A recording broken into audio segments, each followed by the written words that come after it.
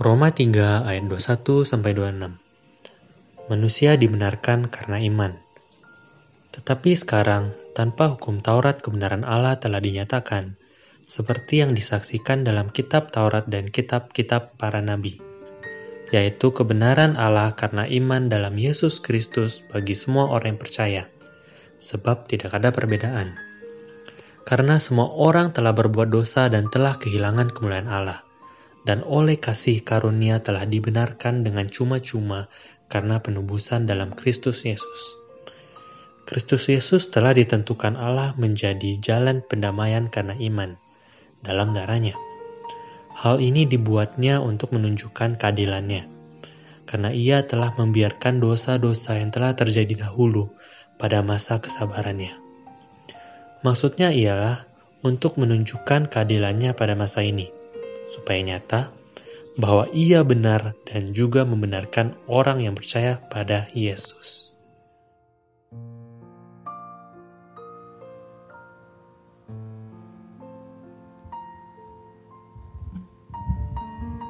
Shalom jemaat sekalian dikasih Tuhan. Hari Minggu ini adalah hari yang spesial di dalam kalender gerejawi karena kita memperingati hari Pentakosta, hari di mana janji Roh Kudus kepada para murid dan datang. Dan hari ini juga kita bersyukur karena Roh Kudus yang sama tinggal di dalam diri setiap kita anak-anak Tuhan. Mari jemaat sekalian, sebelum kita mendengarkan renungan firman Tuhan pada pagi hari ini, kita tundukkan kepala kita berdoa. Bapa, kami bersyukur kami bisa datang kepadamu menyembah Engkau karena Tuhan Yesus. Bapa, kami bersyukur karena pagi hari ini kami akan sekali lagi mendengarkan kebenaran firman-Mu. Bapa, berbicaralah kepada setiap kami pakai hamba-Mu yang lemah ini, agar firman-Mu bisa diberitakan dengan setia dan benar. Bentuklah hati pikiran setiap diri kami. Ajar kami, tegur kami, tuntun kami dalam kehidupan ini, agar kami bisa hidup memuliakan nama-Mu. Di dalam nama Tuhan Yesus kami berdoa. Amin. Bapak Ibu jemaat sekalian, belakangan berita TV dan media-media yang kita lihat diisi oleh berbagai macam headlines, berita mengenai ketidakadilan. Tahun lalu kita melihat protes besar-besaran terjadi di Amerika tentang ketidakadilan ras.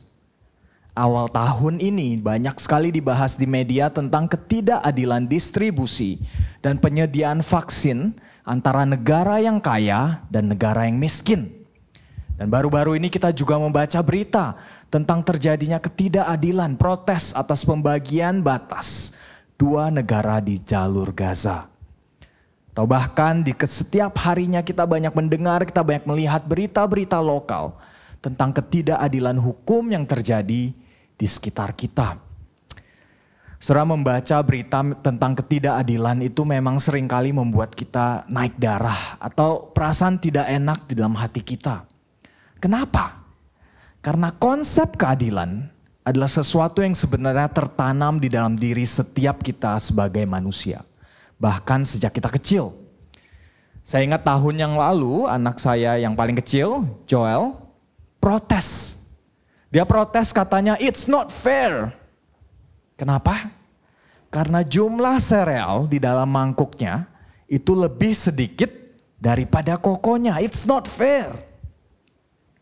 So sekalian di satu sisi, setiap manusia pasti merindukan yang namanya keadilan. Tapi dalam kenyataannya kita sering sekali dikecewakan. Dan saudara sekalian, kita harus mengakui bahwa konsep keadilan itu adalah sesuatu yang sebenarnya cukup kompleks. Bagaimana kita bisa tahu apakah sesuatu itu benar-benar adil atau tidak? Apakah semua orang harus mendapatkan bagian yang sama? Apakah sesuai dengan porsi dan kapasitas kita masing-masing? Apakah adil itu sesuatu yang bagi kita adil tapi belum tentu bagi orang lain? Nah, kesulitan dalam memahami keadilan seringkali lalu mempengaruhi pengertian kita tentang Tuhan. Tentang keadilan Tuhan. Nah saudara, ketika kita mendengar frasa tentang Tuhan yang adil, bagaimana perasaan saudara? Apakah mungkin saudara merasa ragu, merasa marah, merasa bingung, merasa takut atau kecewa dengan Tuhan yang adil. Saudara, tidak dapat dipungkiri bahwa salah satu pergumulan terbesar yang orang-orang miliki atas iman kekristenan, termasuk orang Kristen sendiri, adalah mengenai keadilan Allah. Kalau Tuhan Allah benar-benar ada, mengapa ada begitu banyak ketidakadilan di dunia ini? Termasuk yang mungkin kita alami saat ini. Bagaimana mungkin Tuhan yang adil bisa mengorbankan anaknya sendiri di atas kayu salib? Bagaimana mungkin Tuhan yang adil bisa menyelamatkan manusia dengan cuma-cuma? Saudara sekalian, di pagi hari ini saya mengajak kita untuk mendengarkan satu argumen penting oleh Rasul Paulus tentang mengapa Tuhan Allah yang kita sembah itu adalah Tuhan yang benar dan adil. Dan bagaimana fakta tersebut seharusnya mengubah cara pandang kita terhadap Dia dan terhadap diri kita sendiri. Saudara, kita akan membahas dari perikop Alkitab yang tadi telah dibacakan dari Roma pasal yang ketiga ayat 21 sampai 26. Saudara bisa membuka Alkitab masing-masing, bisa buka ke perikop tersebut. Sedikit konteks dari surat Roma. Di bagian ini Rasul Paulus ingin menjelaskan kepada jemaat Tuhan di Roma bahwa ada dua hal tentang Injil yang mereka harus percayai. Yang pertama adalah apa itu Injil Yesus Kristus. Dan yang kedua adalah apa implikasi dari Injil tersebut terhadap kehidupan pribadi mereka dan kehidupan bergereja mereka. Di sini Rasul Paulus secara khusus di perikop yang akan kita bahas menjelaskan mengapa salib Kristus adalah kunci utama bagi kita untuk mengerti keadilan Allah. Dan secara khusus ada 3 hal yang bisa kita pelajari dari bagian ini mengenai keadilan Allah. Yang pertama, keadilan Allah tidak dinyatakan melalui hukum Taurat dari ayat 21. Saya akan bacakan. Tetapi sekarang tanpa hukum Taurat kebenaran Allah telah dinyatakan. Seperti yang disaksikan dalam kitab Taurat dan kitab-kitab para nabi. So sekalian, seringkali ketika kita berbicara tentang keadilan, kita sebenarnya sedang berpikir atau berbicara tentang apa yang menurut kita fair, apa yang menurut kita pantas atau tidak sesuai dengan pandangan kita masing-masing. Nah, hal yang serupa sebenarnya juga dirasakan oleh orang Yahudi di Roma pada saat itu. Sebagai orang Yahudi, hukum Taurat atau Torah adalah kebanggaan mereka. Dalam sejarah bangsa Israel, hukum Taurat adalah sesuatu yang luar biasa. Diberikan Tuhan secara khusus kepada mereka. Menjadikan bangsa Israel ini berbeda dan istimewa dari bangsa-bangsa yang lain. Menjadikan mereka sebagai bangsa pilihan Allah. Jadi bisa dikatakan bahwa hukum Tauratlah yang membentuk identitas mereka. Dan oleh karena itu tidak heran bahwa orang Yahudi pada saat itu berpikir bahwa keadilan Allah itu sepatutnya dinyatakan melalui hukum Taurat. Artinya apa? Artinya adalah keselamatan bagi mereka, bangsa pilihan Allah yang taat dan tunduk kepada hukum Taurat, dan penghakiman bagi bangsa lain, bagi mereka yang tidak memiliki hukum Taurat. Nah, benarkah itu saudara? Menarik sekali, perhatikan di ayat 21. Di sini Rasul Paulus mengatakan bahwa keadilan Allah tidak dinyatakan melalui hukum Taurat. Dengan kata lain, Rasul Paulus berkata bahwa asumsi mereka pada saat itu salah. Allah tidak menyatakan keadilannya, Allah tidak mendasarkan keselamatan atas dasar hukum Taurat. Tapi ini bukan berarti hukum Taurat itu salah atau hukum Taurat itu tidak berguna.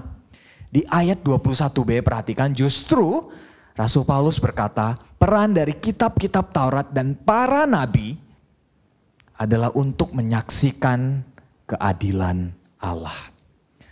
Saudara, apa tujuan dari seorang saksi? Apa peran seorang saksi di pengadilan? Biasanya mereka dipanggil untuk memberikan suatu kesaksian, suatu sudut pandang mereka terhadap satu hal. Mereka mungkin bersaksi tentang seseorang atau sesuatu supaya hakim bisa menilai Apakah hal yang mereka katakan itu sesuai atau tidak dengan kenyataannya, dengan bukti yang dimiliki. Nah, sama halnya Rasul Paulus berkata, begitu jugalah apa yang hukum Taurat, kitab Taurat dan para nabi lakukan. Mereka bersaksi. Bersaksi tentang apa? Tentang karakter Allah. Saudara, tujuan utama dari hukum Taurat bukanlah suatu dasar atau basis untuk menyatakan keadilan Allah. Tapi tujuan dari hukum Taurat adalah memperlihatkan dan mengajarkan kepada orang Yahudi tentang siapa Allah yang mereka sembah itu. Allah yang kudus, Allah yang benar, dan Allah yang adil. Sekalian mari kita berhenti sejenak untuk memikirkan apa hubungannya, apa implikasinya ini bagi kita. Saudara, apa yang Rasul Paulus katakan di sini sangatlah penting untuk kita pahami. Memang kita bukan orang Yahudi. Memang kita tidak memiliki hukum Taurat. Tapi sebenarnya seringkali kita juga jatuh pada kesalahan yang sama dengan orang Yahudi. Mungkin memang kita tidak menggunakan hukum Taurat sebagai dasar untuk menilai keadilan Tuhan. Tapi standar lain apa yang sering kita pakai untuk menilai keadilan Tuhan? Apakah berdasarkan standar penilaian diri kita sendiri? Apakah kita menilai keadilan Tuhan berdasarkan seberapa giat kita telah melayani Tuhan? Atau seberapa banyak saya telah berkorban bagi Tuhan? Saudara, mungkin kita pernah berpikir, Tuhan tidak adil. Saya anak Tuhan, saya orang Kristen, saya giat pelayanan, saya banyak memberi ke gereja. Mengapa hidup saya seperti ini? Sedangkan orang itu, orang yang tidak percaya, hidupnya lebih enak, lebih sukses dari saya. Saudara, apabila kita berpikir seperti itu, dengarkanlah baik-baik apa yang Rasul Paulus katakan di Roma pasal ketiga ayat 21. Keadilan Allah tidak dinyatakan melalui hukum Taurat. Tidak dinyatakan melalui hukum apapun juga. Termasuk pengertian kita sendiri tentang standar keadilan Allah. Saudara, ketika kita melihat diri sendiri, ketika kita melihat sekeliling kita dunia ini dan kita melihat ketidakadilan, jangan langsung mengambil kesimpulan bahwa Allah itu tidak adil. Karena keadilan Allah tidak dinyatakan melalui itu. Justru yang harus kita lakukan adalah kita harus cari tahu. Kalau bukan oleh hukum Taurat, di manakah keadilan Allah bisa kita temukan? Poin yang kedua, keadilan Allah dinyatakan melalui iman di dalam Yesus. Ayat 22 sampai 25a saya akan bacakan. Yaitu kebenaran Allah karena iman dalam Yesus Kristus bagi semua orang yang percaya. Sebab tidak ada perbedaan. Karena semua orang telah berbuat dosa dan telah kehilangan kemuliaan Allah. Dan oleh kasih karunia telah dibenarkan dengan cuma-cuma karena penebusan di dalam Kristus Yesus. Kristus Yesus telah ditentukan Allah menjadi jalan pendamaian karena iman dalam darahnya. Soalnya jika saya bertanya, apakah keadilan itu sesuatu yang menakutkan bagimu? Saya rasa mungkin akan ada yang menjawab iya, ada yang menjawab tidak. Tergantung dari apakah engkau merasa bersalah atau tidak. Saya beri contoh. Bayangkan, saudara sedang menyetir malam-malam, lalu tiba-tiba mendengar sirena polisi. Dan saudara mulai melihat kilauan cahaya biru dan merah dari kaca spion saudara. Pasti mulai ada muncul perasaan tidak enak. Dan ketika suara tersebut semakin mendekat, cahaya tersebut semakin mendekat ke mobil saudara, keringat dingin mulai muncul. Dan saudara mulai berpikir, apa salah saya? Saudara sekalian, kalau contoh tadi adalah bagaimana kita bersikap di depan polisi. Saudara bayangkan, bagaimana dengan diri kita di hadapan Tuhan Allah pencipta kita. Di hadapan Allah, apakah keadilannya terasa menakutkan bagimu? Di hadapan Allah yang bisa melihat jauh ke dalam isi hati pikiran kita. Allah yang bisa melihat di balik pintu apa yang kau lakukan. apakah keadilan Allah menakutkan bagimu? Saudara sekalian, ketika kita memikirkan konsep Allah yang adil, konsep keadilan Allah dalam kerangka keselamatan, seringkali kita melupakan satu fakta, bahwa manusia itu bukanlah pihak yang netral di hadapan Allah. Setiap manusia adalah manusia yang bersalah, setiap dari kita berdosa di hadapan Allah. Dan inilah yang Rasul Paulus ingin tekankan di sini. Saudara perhatikan dia 23. Paulus berkata, sebab tidak ada perbedaan karena semua orang telah berdosa dan telah kehilangan kemuliaan Allah. Tidak ada perbedaan antara orang Yahudi dan bukan Yahudi, termasuk saudara dan saya. Kenapa? Karena setiap manusia telah berdosa. Saudara, dosa itu lebih daripada sekedar melanggar hukum Taurat, tapi juga melanggar hukum Tuhan. Dosa itu lebih daripada sekedar melakukan hal yang salah, tapi dosa juga adalah ketika kita tahu apa yang benar, tapi kita tidak melakukannya. Dosa itu lebih daripada sekedar tindakan, tapi juga sikap hati pikiran kita yang menolak kuasa Tuhan atas hidup setiap kita. Terus sama seperti seorang anak.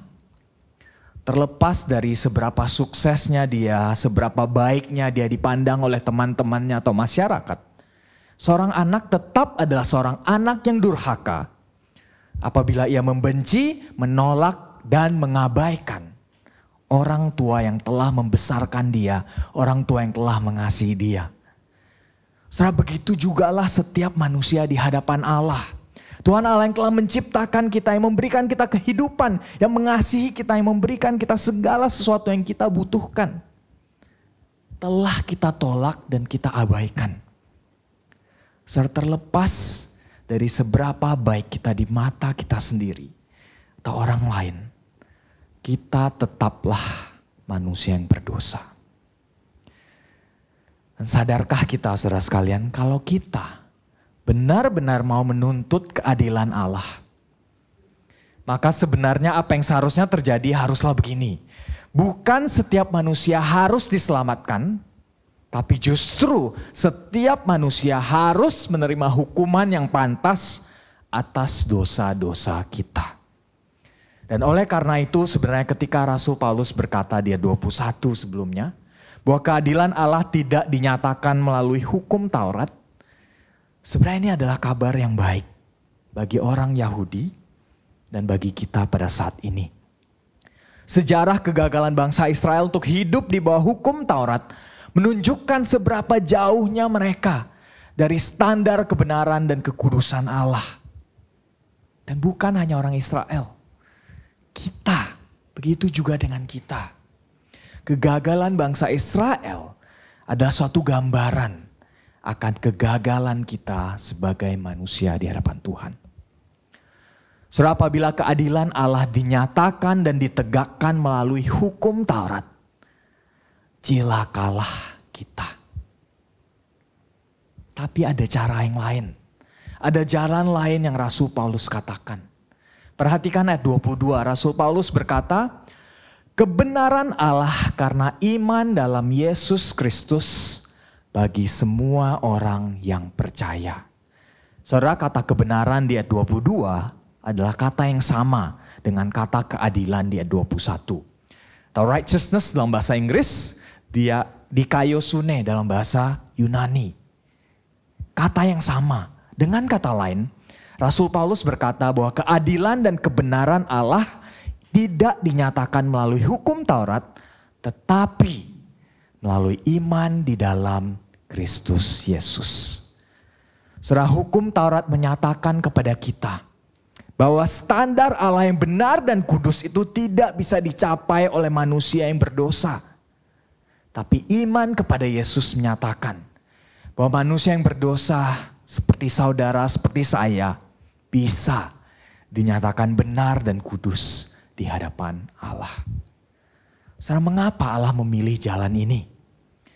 Allah berhak kok untuk menghukum dan memusnahkan bahkan seluruh umat manusia karena dosa-dosa kita. Allah berhak untuk memilih, untuk menyatakan keadilannya melalui hukum Taurat.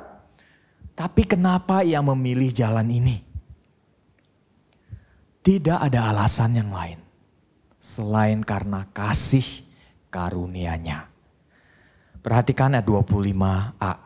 Rasul Paulus berkata, Kristus Yesus telah ditentukan Allah menjadi jalan pendamaian karena iman dalam darah-Nya.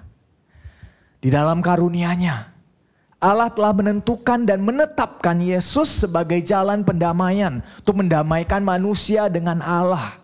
Dan kematiannya di atas kayu salib telah menggantikan hukuman yang seharusnya kita terima. Kematiannya di atas kayu salib telah membayar harga atas murka Allah terhadap dosa. Dan kematiannya telah memulihkan relasi antara Allah pencipta kita dengan manusia yang berdosa. Saudara, semuanya itu bisa kita terima hanya melalui darah-Nya yang tercurah di atas kayu salib. Kalau saudara bertanya, adakah peran kita di dalamnya? Tidak ada. Adakah peran kita di dalamnya? Tidak ada. Keselamatan ini bisa kita terima, seperti kata Rasul Paulus, secara cuma-cuma, sepenuhnya. Karena inilah jalan yang telah Allah tentukan. Saudara sekalian, inilah sebenarnya keunikan dari iman kekristenan. Tidak ada usaha seperti apapun yang bisa kita lakukan untuk membenarkan diri kita di hadapan Allah. Kecuali Allah sendiri yang telah menetapkan jalan keluarnya. Contohnya seperti ini. Apabila saya ke rumah saudara, lalu secara tidak sengaja saya menyenggol guci kesayangan saudara. Peninggalan turun-temurun yang begitu berharga. Guci itu tidak sengaja saya senggol dan pecah. Bang! Saya panik, saudara panik. Lalu bagaimana kita menyelesaikan masalahnya? Saudara, mungkin saya akan cepat-cepat menawarkan untuk menempel kembali pecahan-pecahan guci tersebut. Atau saya mungkin berkata, saya bisa belikan replika yang baru di Pancoran, ada banyak. Atau saya bisa berkata, saya akan gantikan dengan uang. Saudara, saya bisa menawarkan berbagai macam solusi untuk menyelesaikan masalah ini. Tapi pada akhirnya, yang berhak untuk menentukan solusi atas masalah ini adalah saudara sendiri. Bukan saya sebagai pihak yang bersalah. Nah, sama halnya begitu juga dengan kita dan Tuhan. Saudara, kita bisa memikirkan berbagai macam solusi untuk memulihkan relasi kita dengan Allah. Kita bisa mencoba berbuat baik. Kita bisa mencoba segala ritual keagamaan. Kita bisa mencoba untuk memberi kepada Tuhan apa yang kita miliki. Tapi semuanya itu akan sia-sia. Karena kita adalah orang yang bersalah, orang yang berdosa di hadapan Tuhan. Dan satu-satunya cara untuk menyelesaikan masalah dosa ini adalah melalui jalan pendamaian yang Tuhan Allah telah tetapkan. Yaitu iman kepada karya Tuhan Yesus di atas kayu salib. Di sanalah Allah memilih untuk menyatakan keadilannya. Setelah poin yang ketiga, perhatikan keadilan Allah itu benar dan membenarkan kita. Dari ayat 25b sampai 26. Saya akan bacakan. Hal ini dibuatnya untuk menunjukkan keadilannya. Karena ia telah membiarkan dosa-dosa yang telah terjadi dahulu pada masa kesabarannya. Maksudnya ialah untuk menunjukkan keadilannya pada masa ini. Supaya nyata bahwa ia benar. Dan juga membenarkan orang yang percaya kepada Yesus. Saudara, beberapa tahun yang lalu saya pernah ngobrol dengan seorang kerabat. Dan ia berkata, saya tidak bisa percaya kepada Tuhan. Kenapa? Karena kalau Tuhan memang ada dan Tuhan itu adil. Mengapa Tuhan pilih-pilih orang? Mengapa ia tidak mengampuni dan menyelamatkan semua orang begitu saja? Pernahkah saudara berpikir seperti ini? Mengapa Tuhan Yesus harus datang ke dunia ini, mati menggantikan kita? Mengapa Tuhan Allah tidak menyelamatkan semua orang saja? Soalnya di satu sisi rasanya mungkin itu adalah solusi yang adil, solusi yang benar. Kenapa? Karena setiap orang mendapatkan hal yang sama. Tapi apakah hal tersebut benar? Belum tentu. Kenapa? Karena konsep keadilan dan konsep kebenaran itu tidak bisa dipisahkan. Saya beri contoh. Ada satu orang, sebut saja namanya si A. Suatu hari, satu malam berpesta dengan teman-temannya. Lalu si A minum kebanyakan, dia mabuk. Dan dia menyetir pulang dengan ugal-ugalan. Lalu dia ngebut dan mobilnya menabrak masuk ke teras rumah saudara. Pagar rumah saudara rusak dan juga ada anggota keluarga yang luka-luka ditabrak oleh mobil tersebut dan mengalami patah tulang. Si A lalu dibawa ke pengadilan karena saudara menuntut keadilan. Lalu apa yang terjadi? Sang hakim akhirnya memutuskan dan mengetuk palunya dan berkata, "Ya sudah, daripada ribut-ribut, dimaafkan saja." Supaya adil, mobil si A yang rusak dan penyok saudara gantikan, dan pagar rumah saudara yang rusak dan biaya rumah sakit pengobatan digantikan oleh si A. Beres, kasus selesai. Saudara, apakah ini solusi yang adil? Satu sisi ya mungkin. Tapi apakah ini benar? Apakah dia hakim yang baik dan benar? Tidak. Karena kita tahu ketika seseorang bersalah, ada harga yang harus dibayar, ada hukuman yang harus dijalani. Karena keadilan dan kebenaran itu tidak bisa dipisahkan agar keadilan bisa ditegakkan. Dan inilah argumen terakhir yang diberikan oleh Rasul Paulus di bagian ini. Mengapa kematian Yesus adalah jawaban yang benar atas keadilan Allah. So sekalian, alasan mengapa kelihatannya Allah membiarkan orang-orang berdosa hidup nyaman hingga pada saat ini bukanlah karena Allah itu tidak adil atau Allah itu tidak peduli. Tapi karena Ia telah begitu sabar terhadap setiap dari kita orang berdosa ini. Allah menyatakan keadilannya melalui iman kepada Yesus Kristus supaya setiap orang yang berdosa seperti kita, terlepas dari dosa-dosa yang kita perbuat selama ini, terlepas dari masa lalu kita, tetap memiliki kesempatan untuk bisa datang kepada Dia. Di ayat 25b Rasul Paulus berkata, Ia telah membiarkan dosa-dosa yang telah terjadi dahulu pada masa kesabarannya. Supaya apa? Supaya kita bisa melihat dengan nyata bagaimana kematian Yesus di atas kayu salib benar-benar telah menanggung segala dosa dan pelanggaran saudara. Dosa kita di masa lalu, dosa kita di masa sekarang, dan dosa kita di masa yang akan datang. Setelah waktu saya kecil di kelas IPA, guru saya pernah mengajarkan kalau kita memiliki kaca pembesar dan kita mengarahkannya ke matahari, seluruh cahaya tersebut akan berfokus kepada satu titik. Saudara sekalian, seperti itu jugalah kematian Tuhan Yesus di atas kayu salib. Ia menanggung segala hukuman atas dosa dan pelanggaran umat manusia dan dilimpahkan kepadanya.